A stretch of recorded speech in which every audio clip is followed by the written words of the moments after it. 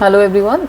बच्चों, स्टार्ट करते हैं अपना गवर्नमेंट बजट का ही next part and that is components of budget. इससे पुरानी वीडियो में हमने पढ़ा व्हाट इज़ गवर्नमेंट बजट और हमने पढ़ा what are the objectives of government budget. अब हम पढ़ेंगे गवर्नमेंट बजट जो है, हमारा बजट जो स्ट्रक्चर है उसके कंपोनेंट्स क्या है, उसका स्ट्रक्चर कैसा होता है। बेसिकली जो बजट होता है, आप ये मानो कि बजट को हम दो पार्ट्स में डिवाइड कर देते हैं। It is like a book, ठीक है, जिसमें एक तरफ आपके रेवेन्यू बजट होगा और एक तरफ आपका कैपिटल बजट होगा। Clear? Revenue budget and capital budget. Revenue budget क्या शो करता है कि जो how revenue generated by government and how it is allocated among various expenditures, कि कैसे गवर्नमेंट अपना रेवेन्यू जनरेट करती है रेगुलर बेसिस पे और उसको बहुत सारे खर्चों में किस किस में यूज़ करती है।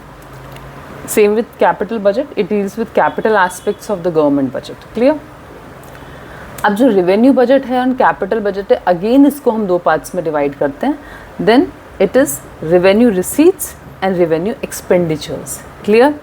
And same with capital, capital receipts and capital expenditures. I hope it's clear. क्या किया हमने? सबसे पहले बजट को टू पार्ट्स में, revenue budget, capital budget. Then revenue budget is of two type, revenue receipts and revenue expenditures. Same with capital budget, capital receipts and capital expenditures. Clear? Okay बच्चों, अब आपको हम जो फर्स्ट है पहली चीज़ उसके बारे में आज पढ़ते हैं, दैट इज़ रेवेन्यू रिसीट्स, है ना। रेवेन्यू की बात कर रहे हैं। Revenue receipts are those receipts which are regular and recurring in nature. मतलब गवर्नमेंट की कौन सी रिसीट्स, यानी कहाँ से पैसा ऐसा आ रहा है जो रेगुलर बेसिस पे आता है। एक होता है पैसा जो कभी कभार आ रहा है, एक पैसा जो गवर्नमेंट को रेगुलर आ रहा है, जिससे हमें सैलरी आती है ना रेगुलर घर पे। इस टाइप का पैसा कौन सा है जो गवर्नमेंट के पास रेगुलर आ रहा है, तो उसको बोलते हैं रेवेन्यू रिसीट्स। अब इसकी एक कंडीशन होती है रेवेन्यू रिसीट्स। आप कैसे पहचानेंगे कि कोई चीज़ रेवेन्यू है या कैपिटल रिसीट्स है? तो उसकी कंडीशन ये है कि जो भी रिसीट है, जो भी पैसा हमारे पास गवर्नमेंट के पास आ रहा है, it should neither create any liability, मतलब वो गवर्नमेंट पे कोई लाइबिलिटी क्रिएट ना करे। मतलब ऐसा नहीं हो कि गवर्नमेंट को पे करना पड़े बाद में, क्योंकि जैसे हम किसी से उधार ले लेते हैं ना, फिर हमें वापस पे करना पड़ता है। मतलब ऐसा पैसा नहीं होना चाहिए। वो पैसा गवर्नमेंट का ही होना चाहिए, उसे वापस करने की कोई कंपल्शन गवर्नमेंट के पास नहीं होना चाहिए। And second, nor reduces any asset, और ऐसा पैसा भी नहीं होना चाहिए जो किसी एसेट को बेच के तब आए या एसेट को रिड्यूस होने के बाद गवर्नमेंट के पास आए। तो these are the two conditions which should be fulfilled. ठीक है, अगर ये दोनों फुलफिल होती हैं तो जो रिसीट्स हैं तो वो हमारी रेवेन्यू रिसीट्स बोलेंगे। तो रेवेन्यू रिसीट्स, अब ऐसा कौन सा पैसा है जो गवर्नमेंट के पास रेगुलर बेसिस पे आ रहा है, जिससे ना तो एसेट हमारी रिड्यूस हो रही है नॉर लाइबिलिटी क्रिएट हो रही है, तो वो है हमारा tax revenue and non tax revenue. यानी टैक्स से आने वाला पैसा, जो क्योंकि वो आपको पता है टैक्स का पैसा रेगुलर गवर्नमेंट के पास आता है और उसके बदले गवर्नमेंट को ज़रूरी नहीं है कि कुछ वापस करना है लोगों को। ठीक है, तो इट इज़ टैक्स रेवेन्यू। और कुछ ऐसा होता है जो टैक्स के बिना वाला पैसा है, वो कैसा पैसा है वो भी हम पढ़ेंगे। ठीक है, ओके। तो टैक्स वाला पैसा और बिना टैक्स का पैसा कैसा होता है? तो टैक्स का भी जो मनी है, आपको पता है टैक्स रेवेन्यू क्या होगा गवर्नमेंट के पास, बट टैक्स आपको पता होना चाहिए it is of two types, direct tax and indirect tax. ठीक है, डायरेक्ट टैक्स वो टैक्स होता है जो डायरेक्ट आपकी इनकम पे लगता है। मतलब जो मनी मैंने अगर अर्न किया तो मुझे ही वो टैक्स पे करना पड़ेगा। अगर आपने अर्न किया तो आपको देना पड़ेगा। किसी की कंपनी है तो उसने जो अर्न किया प्रॉफिट, उस पर उसको टैक्स देना पड़ेगा। तो किसी और को नहीं आप वो शिफ्ट कर सकते उस टैक्स को, उसी को देना पड़ेगा। This is called direct tax. तो बर्डन जो होता है lie on the same person जो मनी अर्न कर रहा है, directly affect the income level. Of course it will affect the income level, आपकी इनकम पे ही लग रहा है वो। तो इसके एग्जाम्पल्स हैं income tax, wealth tax, death duty, capital gain tax, incorporate tax. These are the examples of direct tax. अब इनडायरेक्ट टैक्स कैसा है? इनडायरेक्ट टैक्स वो टैक्स होता है जो गुड्स एंड सर्विसेज पे लगता है। ठीक है, जैसे आपका, और इसको आप शिफ्ट कर सकते हैं, ये आपकी इनकम पे नहीं लगता है। जैसे जो firms goods and services produce कर रही हैं, जैसे आप कोई भी प्रोडक्ट लो, जो भी प्रोडक्शन हो रहा है, आप जो कोई भी प्रोडक्ट अगर कंज्यूम करते हो तो आप देखोगे जब भी उसकी जो प्राइस है वहाँ पे जीएसटी लिखा होता है। तो what is that GST? GST is the tax only, indirect tax, which is shifted by firm on that product. और किसको पे करना पड़ रहा है? जो भी उस प्रोडक्ट को कंज्यूम कर रहा है। अगर आप वो प्रोडक्ट कंज्यूम नहीं करोगे तो आपको वो टैक्स से आप बच गए, लेकिन फर्म ने क्या किया, वो आपके ऊपर, मतलब फर्म ने जो पे खुद को पे करना था वो आप बर्डन आपके ऊपर शिफ्ट कर दिया। क्लियर? तो अगर जो सर्विस लेगा उसको देना पड़ेगा, जो सर्विस नहीं लेगा उसको नहीं देना पड़ेगा। इट इज़ लाइक रेस्टोरेंट्स में भी आप जाते हो, जीएसटी आपका लगता है हमेशा, जो भी आपकी मील का जितना जो आपने खाया उसका जितना खर्चा हुआ प्लस जीएसटी लगता है। तो वो जीएसटी क्या होता है कि अगर आप उस रेस्टोरेंट में गए हो तभी देना है ना, अगर आप नहीं गए उस जीएसटी रेस्टोरेंट में तो थोड़ी आप दोगे, तो इट कैन बी अवॉइडेड, ठीक है।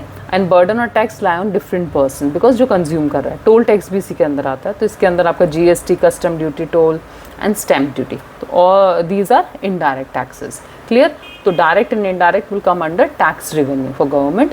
अब ऐसी कौन सा पैसा जो गवर्नमेंट के बिना टैक्स से गवर्नमेंट के पास आ रहा होता है? तो पहला है इंटरेस्ट, जो गवर्नमेंट ने कहीं पे अगर अपना इन्वेस्ट कर कहीं पे लगा रखा है, वहाँ से इंटरेस्ट गवर्नमेंट को आ रहा है, तो that is regular basis income, तो इंटरेस्ट हो गया। Second, profit and dividend government के पास आ रहा है, that is also regular basis income. Fees, जो भी गवर्नमेंट के ऑफिसेज कहीं पे भी अगर हम लोग फीस पब्लिक पे कर रही होती है तो सारा पैसा किसके पास गया है? गवर्नमेंट के पास, तो that is also non tax revenue but regular basis. Licence fee जो होती है गन्स व्हीकल्स की लोग लेते हैं, वो सारा पैसा किसके पास जा रहा है? गवर्नमेंट के पास। फाइन्स एंड पेनल्टीज जितनी भी हम लोग पे करते हैं वो सब किसके पास जा रहा है? गवर्नमेंट के पास। गिफ्ट्स एंड ग्रांट्स जो गवर्नमेंट को मिल रही है, that is also non tax revenue. Forfeiture होता है कि अगर किसी गवर्नमेंट ने किसी को कॉन्ट्रैक्ट दिया कि ये काम पूरा होना चाहिए, अगर वो काम पूरा नहीं हुआ टाइम से, तो वो जो है उसका फाइन, मतलब उसको पे करना पड़ेगा, that is also revenue for the government, है ना। तो दिस इज़ कॉल्ड फोरफीचर। तो all these are the examples of non tax revenue. Clear? तो tax revenue, non tax revenue, ये पूरा हमारा हो गया। रेवेन्यू रिसीट्स टोटल हमारी हो गई हैं। क्लियर? ओके, अभी हम पढ़ लेते हैं, क्योंकि हमने रेवेन्यू रिसीट्स पढ़ लिया, हम रिसीट्स आज पूरा कंप्लीट कर रहे हैं, तो रेवेन्यू रिसीट्स पढ़ लिया, थोड़ा सा कैपिटल रिसीट्स को और डिस्कस करते हैं। Capital receipts just opposite of revenue receipts. Revenue receipts में हमने क्या पढ़ा था कि वहाँ पे लाइबिलिटी क्रिएट नहीं होगी ना, वहाँ पे एसेट्स रिड्यूस होंगे। यहाँ पे जस्ट ऑपोजिट होगा, यहाँ पे या तो आपकी जो है लाइबिलिटी क्रिएट होगी, यानी आपने अगर किसी को बोरो किया तो आपको मनी वापस करना पड़ेगा, दैट मीन्स बोरो कर रहे हो, दैट इज़ लाइबिलिटी। और या फिर आपको एसेट कोई बेचनी पड़ेगी, तब आपके पास मनी आ रहा है, वो that is called capital receipts. So these are the two conditions which are to be fulfilled for capital receipts. अब ऐसी कौन सी पैसे हैं जो आपको क्या कहते हैं, या तो लाइबिलिटी होती है या फिर आपकी एसेट रिड्यूस होती है? Number one is borrowing. जब भी आप मनी बोरो करते हो तो fund raise by government to meet expenditures. Government का पैसा कम हो गया, गवर्नमेंट को लोन लेना पड़ा किसी से, ठीक है, तो जो पैसा लिया है गवर्नमेंट ने, चाहे पब्लिक से लिया, आरबीआई से, चाहे फॉरेन गवर्नमेंट, वर्ल्ड बैंक, कहीं से भी लिया, वापस तो करना है ना, ऐसा तो है नहीं एक बार ले लिया और वापस नहीं करेंगे, तो दैट इज़ कॉल्ड बोरोइंग, ठीक है। It will create liability, so it will come under capital receipts. Receipts क्यों है? क्योंकि आ रहा है पैसा, ठीक है। तो इसको हम डेट क्रिएटिंग भी बोल देते हैं। डेट क्रिएटिंग मतलब क्योंकि आप गवर्नमेंट, अब इसकी डेट क्रिएट हो गई है गवर्नमेंट की। सेकंड होता है कौन सा? Recovery of loan. मान लो गवर्नमेंट ने पहले किसी को दिया हुआ था पैसा ऑलरेडी, ठीक है, उधार पे दिया हुआ था लोन। अब उस उधार पे जो दिया हुआ था वो पैसा जो है रिकवर हुआ है, उन लोगों ने वापस किया, तो गवर्नमेंट के पास पैसा आया। तो अब आप बोलोगे ये पैसा हमारी लाइबिलिटी तो क्रिएट नहीं कर रहा, ठीक है, लाइबिलिटी क्रिएट नहीं कर रहा, but it is reducing asset. कैसे? क्योंकि जो आपकी बैलेंस शीट होती है, बैलेंस शीट में जो डेटर्स होते हैं आपके, वो रिड्यूस हो गए क्योंकि आपको पेमेंट आ गई है, ठीक है, तो it reduce the asset. So it is called recovery of loan and it is called capital receipt. And third one is disinvestment. Disinvestment होता है कि जब भी इन्वेस्टमेंट, जब आप अपना कहीं पे कोई कंपनी है गवर्नमेंट की, PSUs हैं, उसका कुछ शेयर बेच दें, ठीक है, किसी को, तो गवर्नमेंट को पैसा मिलेगा, तो वो डिसइन्वेस्टमेंट से पैसा मिला, मतलब गवर्नमेंट ने अपना शेयर कम कर लिया, किसी और को दे दिया, तो इससे क्या हुआ? गवर्नमेंट की एसेट रिड्यूस हुई है। मतलब गवर्नमेंट का अगर इससे पहले 100% स्टेक था उस कंपनी में, गवर्नमेंट का 70% रह गया या 60% रह गया, डिपेंडिंग ऑन कितना शेयर बेचा है किसी को।